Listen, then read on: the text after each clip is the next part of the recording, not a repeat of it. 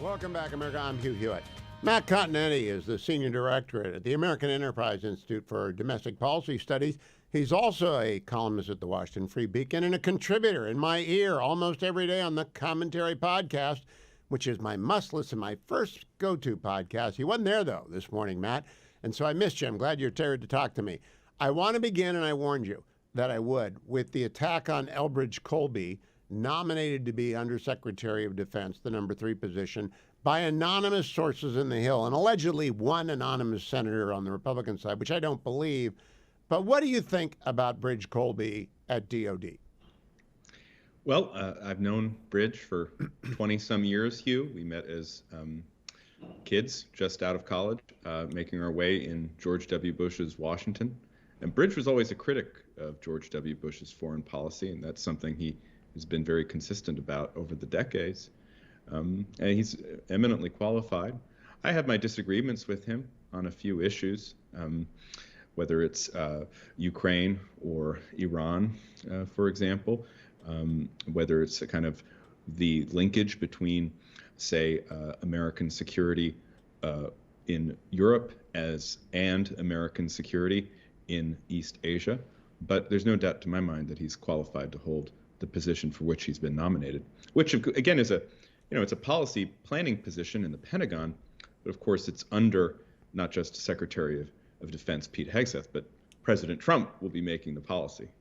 Yeah, a friend of the show and your colleague on the Commentary Podcast John Podhoretz, suggested yesterday that Bridge is ultra MAGA. He's not. He's a China hawk, and the China hawks are kind of Reaganauts, dated, updated, and ready for the 21st century. Do you think he's ultra MAGA? Well, he's part of the MAGA movement, as I think most people who are going to work for President Trump are. And he's definitely a China hawk. And I do think that this administration is taking China very seriously. There's an argument in the foreign policy community on the right between people who believe that America needs to really maintain our role as the securator, the guarantor of global security around the world, or whether we should make priorities and prioritization and prioritize the defense against China as the number one pacing threat. And Bridge is definitely on the side of the prioritizers. In fact, he's probably their leading theorist, and I think that's why he could have significant influence in the Pentagon if he gets confirmed into this position. I do think, I'm looking forward to his hearing. I hope they talk about what do we do if we see ro-ros and aircraft carriers in the Taiwan Strait. And I think the answer is there will be Virginia-class submarines there, and leave it at that. Matt, I want to move on now to Ukraine, Russia, then China, then Israel, and then J.D. Vance's speech in Europe. We got time, but I want to lay out where we're going. What did you make of President Trump's call to Putin, his post about it, then his call to Zelensky, and then J.D. Vance's comments about with President Zelensky today in Munich?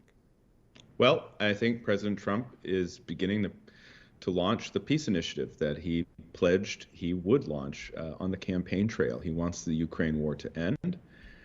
But I think he also wants to do it in a way that secures Ukraine for the long term. And so President Trump, what we know of him over his 2 terms is he's not afraid to talk to people who are the leaders of rogue nations or are considered by the foreign policy community to be beyond the pale. And so he has this outreach to Putin, which he then followed up with outreach to Zelensky.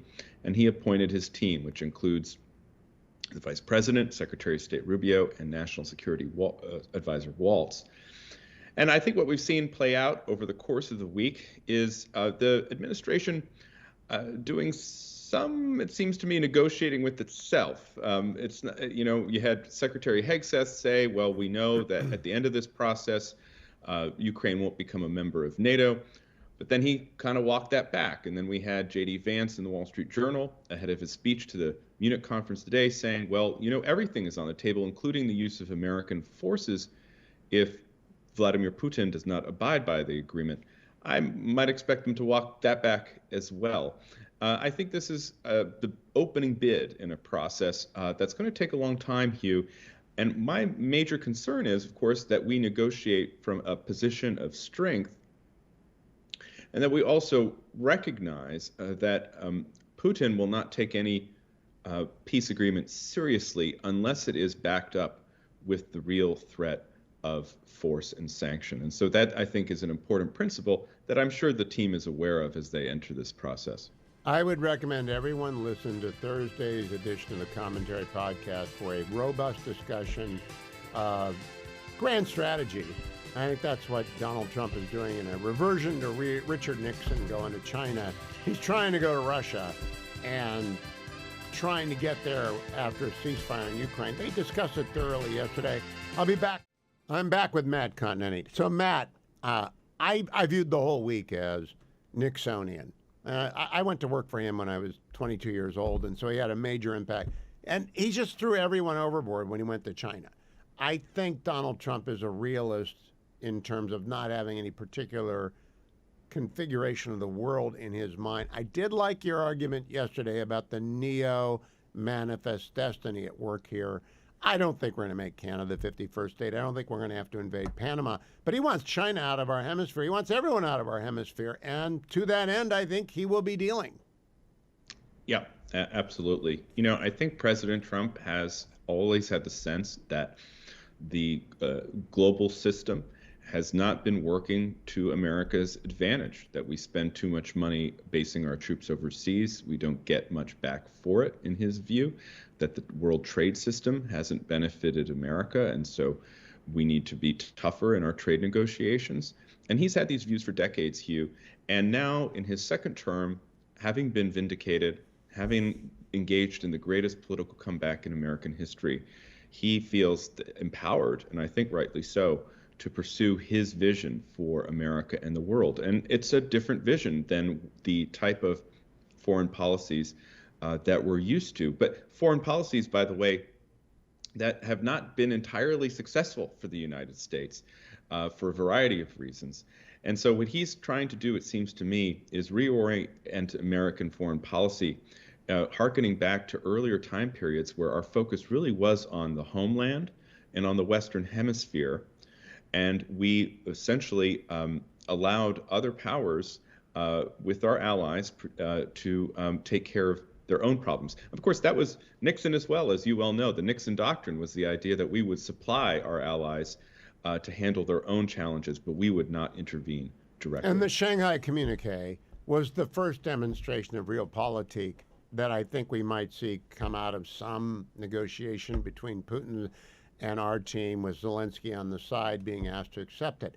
I think there are acceptable results. I'm hoping for a ceasefire that benefits, because, Matt, do you think the American people have any idea of the scale of suffering in this war? It is, for Ukraine, 10 Vietnams, and they haven't got any population or economy like ours, but they've lost like 10 times the people we lost in Vietnam.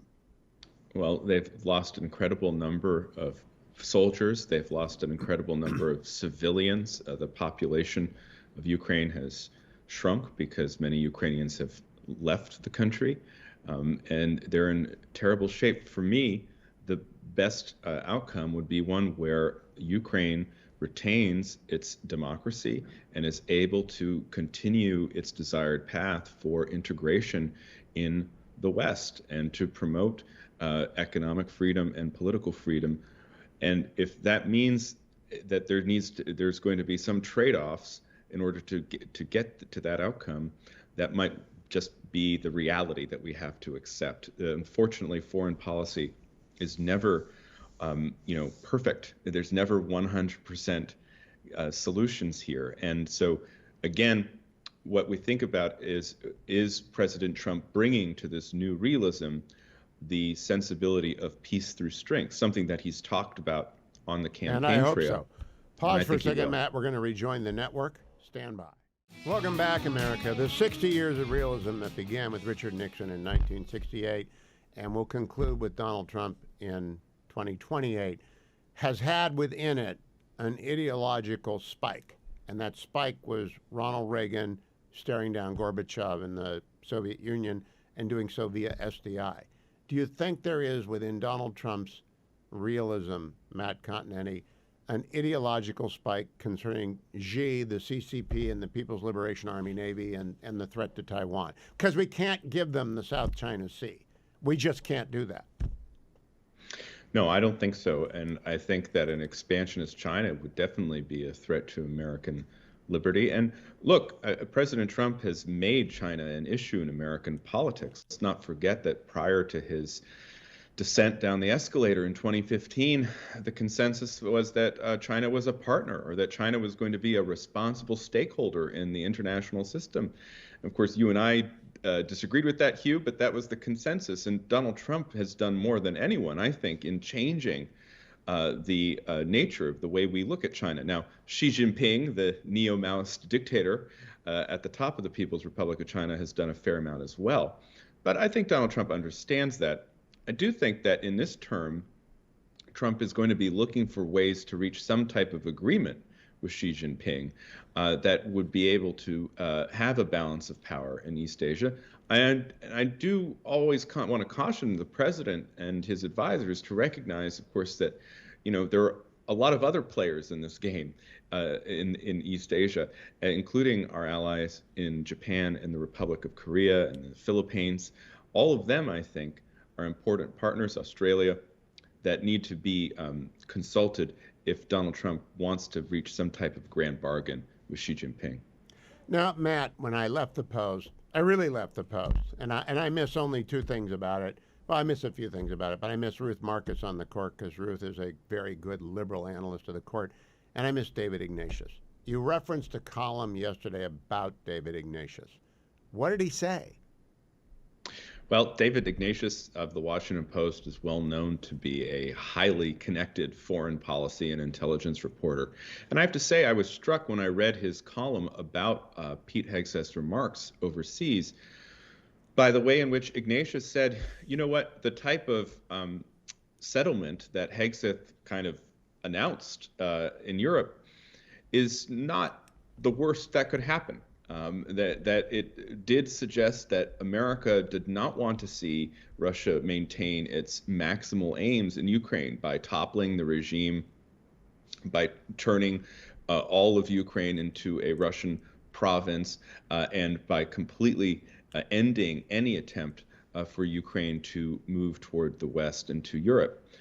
So when Ignatius says that, I paid attention, and I also saw that Elliot Cohen of SAIS, the Johns Hopkins School, he wrote in the Atlantic that it's not the time to panic if you're a supporter of Ukraine when you hear the messages from the administration. It's not going to be what the most committed supporters of Ukraine are going to want if there's a peace agreement reached, but it's not at this point looking to be the worst. And so I think that is a sign of that this new realism in the administration understands that you can't let Putin have everything he wants, because, of course, that will only make the world much more dangerous and America less safe. You know, the big stick that Donald Trump carries is he gave Ukraine lethal weapons when he was president the first time.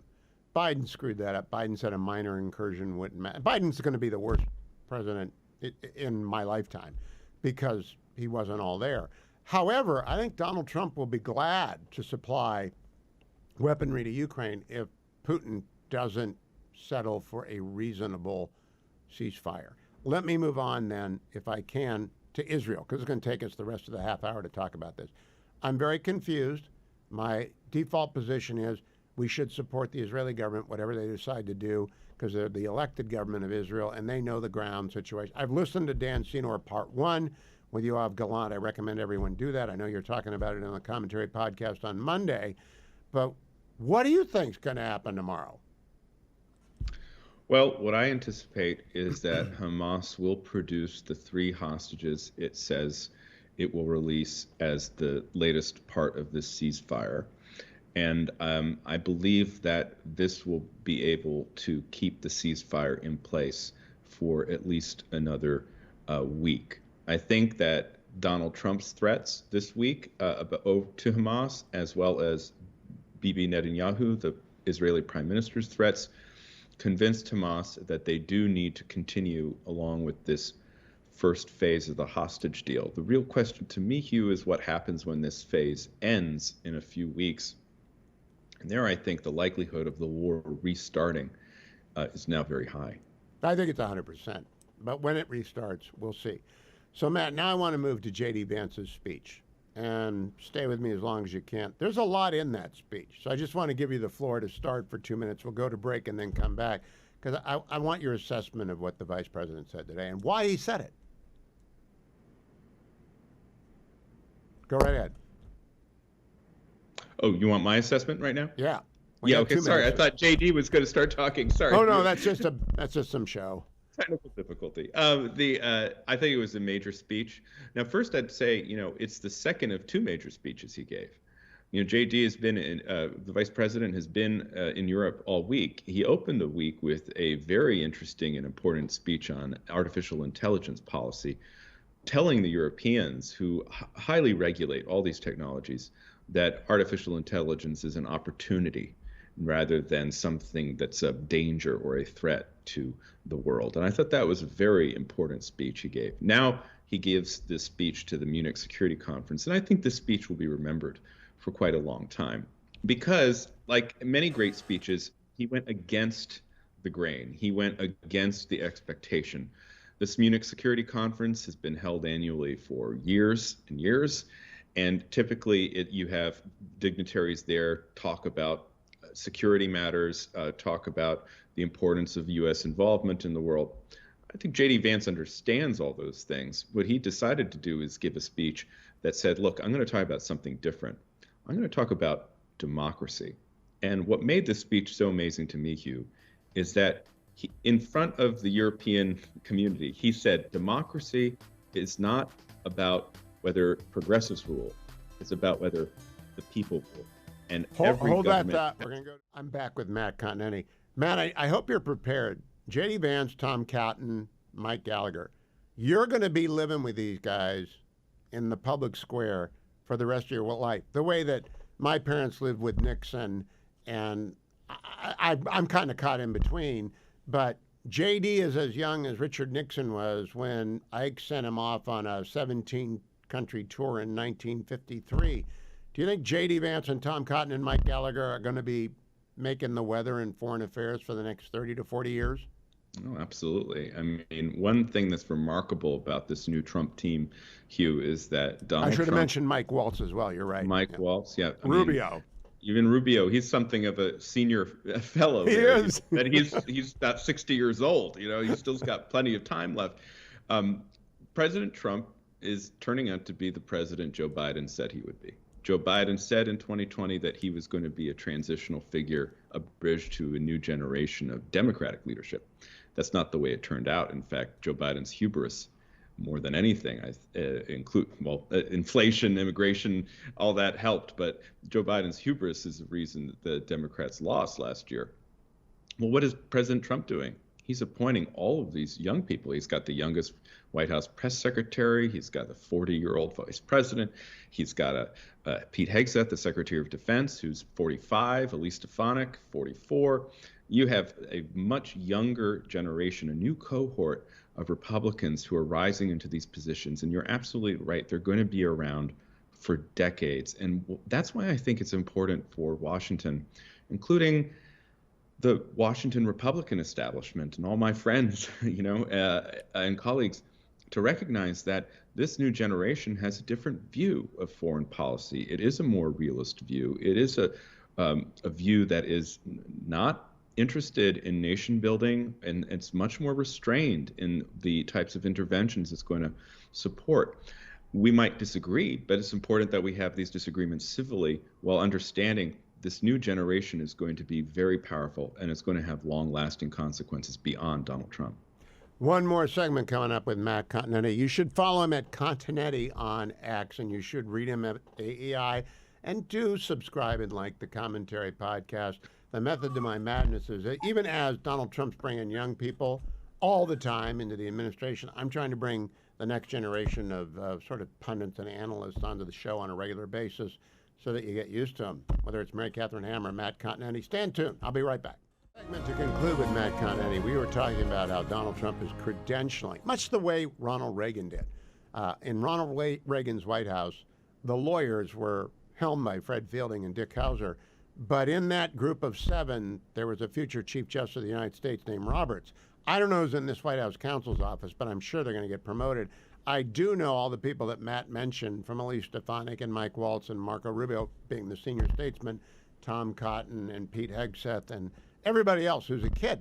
It's Carolyn Levitt's 27, Matt. I think this is remarkable. I'm an old fogey compared to What's that? Don't say Levitt. that. What's that make me? A corpse? You're the bridge, as you just said, Hugh. You're the bridge to a new generation of pundits. I appreciate that. Well, I wanted to ask you one completely random question. As I recall, you liked the Sword of Honor trilogy by Evelyn Waugh, right? Oh, absolutely, yes. All right. Yes. Did you like? I just finished Brideshead Revisited for the first time. I'm 68. Did you like that too, or were you just a Sword of Honor guy? I'm a Sword of Honor guy, Hugh. That's the Waugh novel that I would recommend everyone read. It's about World War II. It's funny. It's filled with pathos. It's incredibly well written. I've never been able to get into Brideshead Revisited. It's just too kind of aristocratic for me, you know? I will make a recommendation to you then. The Jeremy Irons narration of the 75th anniversary edition of Bride. I could never get into it as a book either. That sounds pretty good. Yeah, Jeremy Irons could read the phone book, and I would probably listen to it. The first comment under the review is, "Can't Jeremy Irons read everything?" And I agree with that. And so, if I were king, that'd be my first pronouncement. So I recommend that to you because I was never able to dent the book, and then I just loved every minute of it. I knew you were a Sword of Honor guy. I want to thank you, Matt Continetti. Have a great weekend. It'll be very interesting. I'll be listening to you on Monday on the next commentary podcast. I'll be reading you wherever you write in the Washington Free Beacon and, of course, at AEI.